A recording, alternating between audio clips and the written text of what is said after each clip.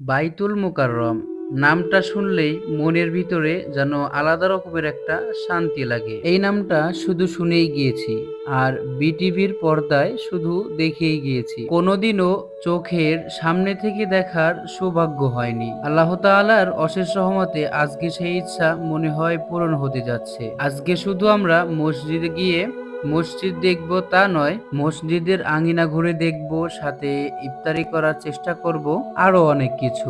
যারা আমার মতো বাংলাদেশের সবথেকে বড় মসজিদ বাইতুল মোকাররম দেখেননি, ভিডিওটা লাইক করে চ্যানেলটাকে সাবস্ক্রাইব করে চলুন একসাথে সবাই মিলে আমরা দেখে আসি। তো অলরেডি আমরা বাইতুল মোকাররমের সামনে, এই দেখেন, দেখছেন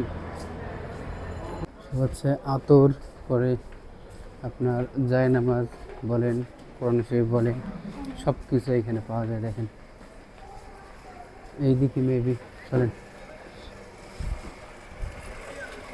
দিকে তো দেখি, কোন দিকে গেলেই তো দেখতে পারবো, না গেলে কোথ থেকে দেখবো। এই যে ভাই, ভাই কাক তো অভাব নাই বুঝছেন। যাই হোক, তো চলে আসছি বাইতুল মোকাররমে। এই হচ্ছে মসজিদ, দিস ইজ বাইতুল মোকাররম। সেই ভাই দেখছেন, মসজিদে নামাজ পড়া মানে হচ্ছে মজা। যারা জায়গায় 5 ওয়াক্ত নামাজ পড়ে, কোরআন তেলাওয়াত চলতেছে। ভিতরে দেখেন, আলহামদুলিল্লাহ, কি জন্য তেলাওয়াত করতেছে ভিতরে। যাক, আলহামদুলিল্লাহ, খুব সুন্দর, খুব সুন্দর, অনেক সুন্দর জায়গা।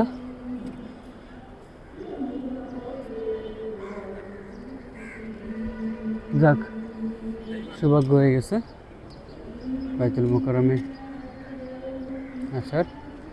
আলহামদুলিল্লাহ, দেখে ফেলছি। তো টাইম নেই, আনলে এখান থেকে নামাজ পড়ে যেতাম। আর ভাই, এইমাত্র আমি ম্যাপে দেখলাম যে আমি আছি পুরোপুরি মসজিদের উল্টো সাইডে, ঠিক আছে, যেই সাইডে হচ্ছে পিছন সাইড, ঠিক আছে। আমি এখন সামনের সাইডে যাই নাই, কেননা সে আপনার ম্যাপে দেখলাম, ঠিক আছে। ম্যাপে দেখার পরে মানে যে পিকটা দেখলাম, ওই পিকটা তো হচ্ছে আমি দেখিই নাই, এই পাশে পিছন সাইড, ঠিক আছে, এই কারণে সেই পিকটা নাই। এরপরে আমি জিজ্ঞাসা করলাম, ভাই এই পিকটার সাইড কোন পাশে? বলো ভাই, আপনি তো পিছন সাইডে আছেন, মানে সামনের সাইডে যান, তাহলে দেখতে পারবেন। তো এই যে হচ্ছে সামনের সাইড, ঠিক আছে। তো চলেন দেখি সামনের সাইডে কীরকম। ভিতরে দেখা যাচ্ছে যে অনেকটা জায়গা, মানে অনেকটা স্পেস আছে ভিতরে, ঠিক আছে। ভাই একটা জিনিস জানতে পারলাম, ঠিক আছে, সেটা হচ্ছে যে এইখান থেকে টিকিট নিতে হবে। আপনারা দেখাই, একটু ওয়েট করেন। এই জায়গায় কোন জায়গায় টিকিট বিক্রি করতেছে, ঠিক আছে। ও, এটা কি বাসের? ধরো আমি যাবো মসজিদে, আমি মনে করছি কি জানেন, যে টিকিট নিয়ে পরে বাসে উঠবে, বাসে ওঠার পরে হ্যাঁ উল্টা পাল্টা, যা সময় লস করলাম। আমি আর ওই জায়গাতে লাইনে দাঁড়াইছিলাম, রে কপাল। এই দেখেন, আমি আরো মনে করছি কি জানেন, ওই পাশে আপনার টিকিট নিচ্ছে কিসের জন্য, ঠিক আছে। আমি মনে করছি কি যে মনে হয় বাইতুল মোকাররমে মানে মসজিদে ঢোকার জন্য টিকিট নিচ্ছে, আমি মনে করছি এটা। এখন দেখি সবাই বাসে উঠে, এটা কাহিনী কি? অবাক করা কাহিনী ভাই, এক মিনিট দাঁড়ান। তো এবার বলি শুনেন, কাহিনী হচ্ছে আমি মনে করছি যে এই যে ভিতরে ঢুকছি না, আমি মনে করছি মানে এই মসজিদের ভিতরে ঢোকার জন্য মানে টিকিট নিতে হইতেছে, ঠিক আছে।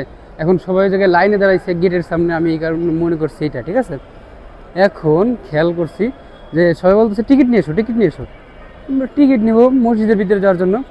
এখন সামনে এসে দেখি কি বাসের জন্য টিকিট নিয়েছে সবাই। ওই যে একটা বাস দেখেন, এই জায়গায়, এই দেখেন, এই যে একটা বাস দেখছেন, এই বাসটা নেওয়ার জন্য সবাই টিকিট কাটছে। এখন কিসের বাস এটা আমি এখনও জানি না, ঠিক আছে। আমি আর মনে করছি মসজিদের ভিতরে প্রবেশ করার জন্য টাকা নিচ্ছে, কিন্তু ভাই আমি পিছন সাইডে থেকে দেখে মনে করছি, মানে দেখে বলতেছি যে ভাই আমি ধন্য ঢাকা শহরের সব থেকে বড় মসজিদ আসছি। বাট একটা জিনিস দাঁড়ান, আমি জুতো রাখি এই জায়গায়। এই দেখেন, এই হচ্ছে মেইন মেইন বাইতুল মুকাররমের একেবারে মসজিদের মানে ফ্রন্ট সাইড, ঠিক আছে, একেবারে মেইন সাইড যেটাকে বলে, ঠিক আছে। তো দেখেন এই জায়গায় কত মানুষ বসে বসে ছবি তুলতেছে। আমি কাউকে আনিই নাই ভাই, ছবি তুলবো কি, হাস্যকর বিষয়। তো যাই হোক, কাউকে আনি নাই, আমি একা একা আসছি, এই কারণে আমার ছবি তোলা কপালে নাই। তো যাই হোক, এখন কাহিনী হচ্ছে ভিতরে একটু দেখবো কি দেখি অবস্থা, তারপরে এখান থেকে তাড়াতাড়ি এক্সিট করার চেষ্টা করবো, ঠিক আছে। কারণ সময় খুবই কম, মানে বুঝতেই পারতেছেন আসছি সেই সকালবেলা, এখনও মানে এত পরিমাণে মানে মোবাইলটি করতে গিয়ে এত টাইম চলে গেছে, ভাবতেও পারি নাই যে এত টাইম চলে যাবে। তো যাই হোক, এই হচ্ছে কিছু কাহিনী। এই হচ্ছে চলে আসছে আমরা মসজিদের একেবারে মেইন সাইডে, ঠিক আছে। এইভাবে দেখতে পারবেন, দেখেন এই যে আমি আরও দূরে থেকে দেখি বলে কিরে, ছবিতে দেখা যায় একরকমের, মানে পিকে দেখা যায় একরকমের, বাট এই জায়গায় আসার পরে দেখি ভিন্ন। পিছন সাইড দেখে আমি চলে যেতে গেছিলাম, বলেন ভাই, আর তাইতে বলতেছিলাম ধন্য। আর এই অবস্থায় দেখেন তাহলে, এই হচ্ছে পুরো মসজিদটা। বুঝলে এখন কি বলবো ভাই বলেন। এই দেখেন ভিতরের প্লেসটা, এই দেখেন, আল্লাহ আকবার, বিসমিল্লাহির রহমানির রহিম। প্রবেশ করলাম, এই দেখেন সবাই পড়তেছে, হ্যাঁ অনেকে পড়তেছে, যাক আলহামদুলিল্লাহ। অনেকে ওই জায়গায় শিখতেছে, ঠিক আছে, এই জায়গায় শিখতেছে হুজুরের কাছে গিয়ে। আলহামদুলিল্লাহ, কত সুন্দর সিস্টেম।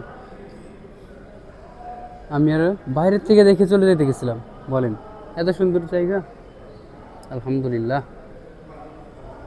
দেখেন আলহামদুলিল্লাহ, খুব সুন্দর। এটা হচ্ছে ওজুখানা।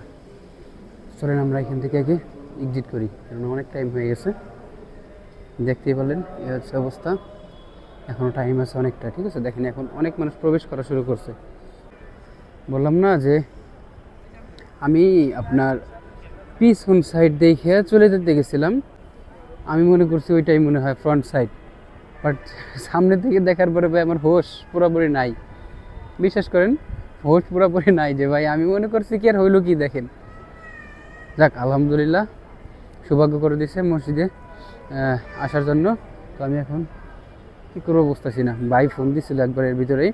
তো যাই হোক, অবশেষে ডিসিশন নিলাম যে আমি ইফতারিটা করেই আসবো। তো ইফতারি করেই আসছিলাম, কিন্তু ওইখান থেকে সেরকম কোনো ভিডিও করতে পারি নাই, কেননা ফোনে চার্জ ছিল না। এরপরে আবার রাতের সময় কি ভিডিও করব, কেননা ওই এরিয়াটা এমনিতেই খারাপ। সেটা হচ্ছে যে জানেন সবাই যে ওইখান দিয়ে ওই চোরাই ফোন বলেন বা ছিনতাই বলেন সবকিছুই হয়। এই কারণে রাত্রেবেলার ফোন বের করতে সাহস পাই নাই। তারপরে এসে বাস টার্মিনালে এসে একবারে ফোনটা ওপেন করি, কেননা ওইখান থেকে খুব একটা রিস্কি জায়গা, এই কারণে আর ফোন বের করি নাই। তো যাই হোক, এই হচ্ছে কিছু ভিডিও আর এই হচ্ছে কিছু কাহিনী। তো সবকিছু দেখতেই পারলেন, বুঝতেই পারলেন। যদি আমার এই ভিডিওগুলো ভালো লাগে, অবশ্যই চ্যানেলটাকে সাবস্ক্রাইব করে পাশে থাকা বেল নোটিফিকেশনটা অন করে দিবেন। আর ভাই আজকে খুব পরিমাণে জার্নি হয়ে গেছিল আর খুব ক্লান্ত হয়ে গেছিলাম, কারণ আজকের ভিডিও আর লং করবো না। আজকের মতো পর্যন্তই, সবাই ভালো থাকবেন, সুস্থ থাকবেন। দেখা হচ্ছে আবার খুব তাড়াতাড়ি নতুন কোনো ভিডিও নিয়ে।